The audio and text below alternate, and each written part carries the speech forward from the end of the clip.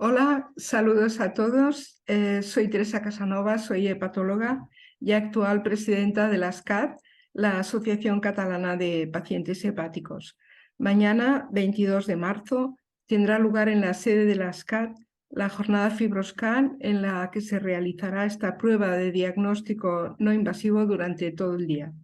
Para nosotros es una satisfacción y un honor contar ahora y aquí en esta entrevista con el doctor Manuel Romero, que es hepatólogo, investigador clínico y director del programa de enfermedades hepáticas en el Hospital Universitario Virgen del Rocío en Sevilla y presidente de la Asociación Española para el Estudio del Hígado, la EH. Agradecemos su colaboración con el objetivo de informar a los pacientes hepáticos sobre la importancia del seguimiento y de los controles médicos en enfermedades que suelen ser asintomáticas hasta las fases avanzadas. Sabemos que los pacientes bien informados seguirán mejor las pautas terapéuticas, tanto de los tratamientos con medicamentos como en todo lo relacionado con su estilo de vida. Si han de hacer cambios necesarios en la dieta, evitar tóxicos en cuanto al alcohol, etc.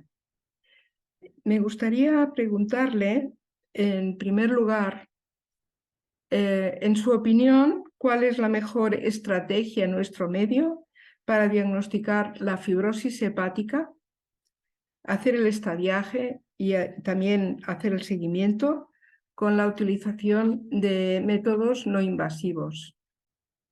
Muchas gracias por tus palabras y por la introducción, Teresa. Para mí siempre un placer colaborar con tanto, bueno, con ASCAT, con todas las asociaciones de pacientes, porque creo que cada vez nos hemos dado más cuenta de la importancia que tiene trabajar en equipo y que los mensajes llegarán mucho mejor si se diseminan por diferentes vías. Así que muchas gracias por la invitación. Yo creo que en el momento actual, si aunamos lo que hay en la literatura, las guías de práctica clínica y nuestra experiencia en el día a día, la mejor forma de detectar la fibrosis sería en dos pasos, ¿no? Uno sería utilizar métodos convencionales gratuitos que están disponibles en cualquier hospital, en cualquier laboratorio de este país, que sería calcular el FIB-4 o el Epamefibrosis Score o el NAFLD Fibrosis Score, y en aquellos pacientes que muestren alterado algún test, hacer un segundo test. Yo creo que la combinación con el FibroScan es de altísimo rendimiento. También tenemos que tener en cuenta que no estamos ante un diagnóstico, el diagnóstico de fibrosis de todo o nada, sino que si hoy hacemos un método no invasivo como el FIB-4 y luego un FibroScan, el resultado del FibroScan es menor de 8, volvemos o invitamos a volverá a hacerse el test y se volverá a repetir pasado un tiempo, ¿no? Por tanto, desde mi punto de vista, métodos no invasivos disponibles como FIB-4, Epamefibrosis Score, NAFLD Score, más FibroScan o ELF es la mejor forma que tenemos de diagnosticar la fibrosis. Siempre, pues dependiendo de lo que uno tenga. El que tenga FIB-4 y FibroScan, perfecto. El que tenga FIB-4 y ELF, pues estupendo. Pero lo que uno tenga disponible es lo que debe utilizar en dos pasos. Gracias. Ahora me gustaría que comentara cuáles son las circunstancias que deberían alarmarnos más para detectar lo más proactivamente posible a los pacientes que tienen enfermedad hepática por depósito de grasa y además factores de riesgo como obesidad, hipertensión, diabetes, etcétera, y cómo informar a dichos pacientes.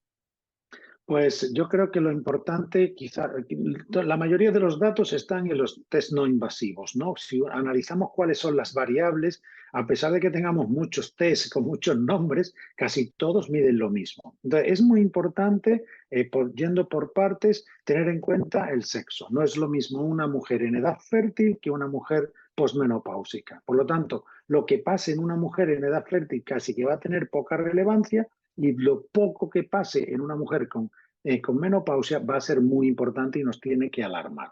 Lo segundo es la edad. Por supuesto, antes de los 50 años la enfermedad es excepcional que progrese de manera rápida y vertiginosa, y en cambio en personas mayores de 50 años es mucho más fácil que progrese.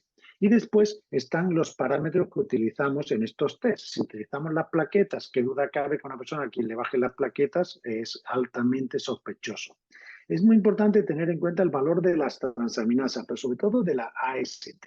Si a una persona le sube la AST, también tendríamos que alarmarnos porque puede ser que esté progresando la enfermedad, y sobre todo si lo que aumenta es el cociente AST partido por ALT.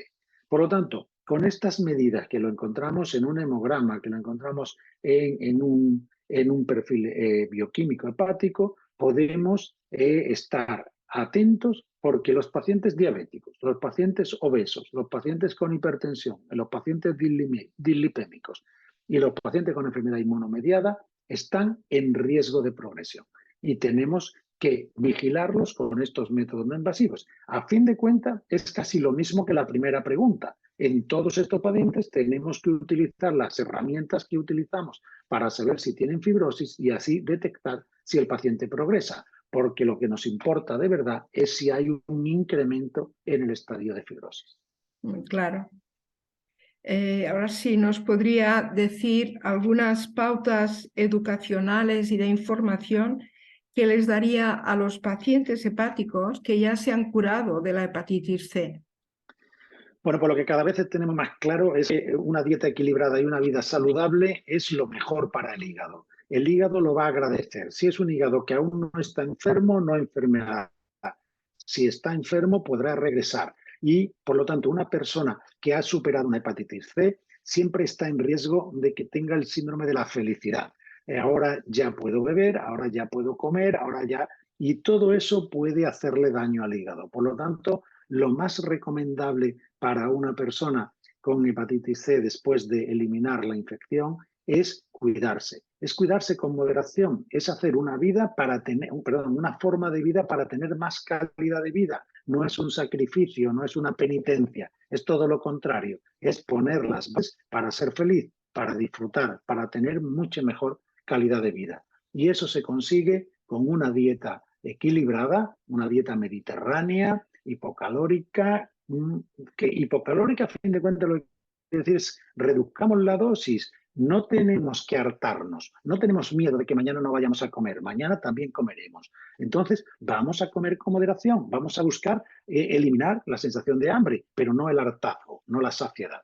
Y una vez que hagamos eso, si acompañamos con solo 3 horas a la semana de ejercicio físico, en bicicleta, caminando, nadando o paseando, tenemos la receta perfecta para cuidar y para proteger el hígado. Bien. Y en cuanto a los médicos de cabecera, ¿qué consejos les darías cuando vean alteraciones leves de la analítica hepática con un leve aumento de ALT y AST, que a veces no le dan importancia? Pues 2 mensajes. Uno, que toda alteración de las transaminasas tiene que ser estudiada y toda persona con alteración de las transaminasas tiene que estudiarse su enfermedad hepática, que es difícil adivinar cómo de enfermo está el hígado por el resultado de las transaminasas, pero además que la mitad de los pacientes con enfermedad hepática no tendrán las transaminasas altas. Por lo tanto, es muy importante que podamos estudiar a las personas en riesgo. Por ejemplo, con el tema de la esteatosis hepática metabólica, como decía antes, diabéticos, hipertensos, obesos, pacientes con enfermedad inmunomediada y dislipémicos, todos deberían tener un análisis de salud hepática. Que el análisis sale bien, perfecto. Clasificaremos a un 85% de los pacientes irán al grupo no tiene enfermedad hepática, perfecto. Y un 15% tendrán enfermedad hepática. De estos, el 1, como mucho el 2%, tendrán una enfermedad hepática avanzada. Y a esos son a los que nos tendremos que dedicar. Pero desde la atención primaria, primero, tenemos que tener la concienciación de que la enfermedad hepática existe, que está oculta, que se lleva por delante la vida de las personas si hagamos nada porque no nos enteramos. 2, que las transaminasas son un magnífico chivato cuando están alterados para poner en marcha todo el mecanismo de estudio de enfermedad hepática.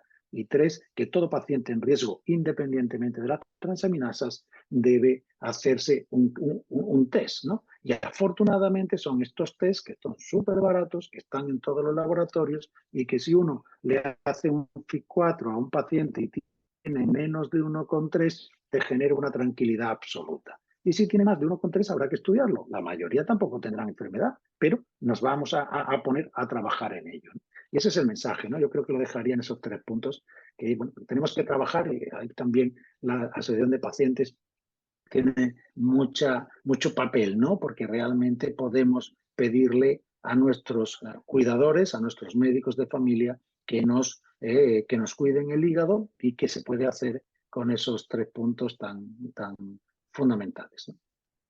Muy bien, estamos en ello. Y ahora ya la última pregunta. ¿Cómo ve la posibilidad de disponer de equipos multidisciplinares para el control y seguimiento de las enfermedades del hígado en una época con una escasez relativa de profesionales? ¿Y cómo ve una perspectiva de poder hacer más visitas online o telefónicas para informar y mejorar la adherencia?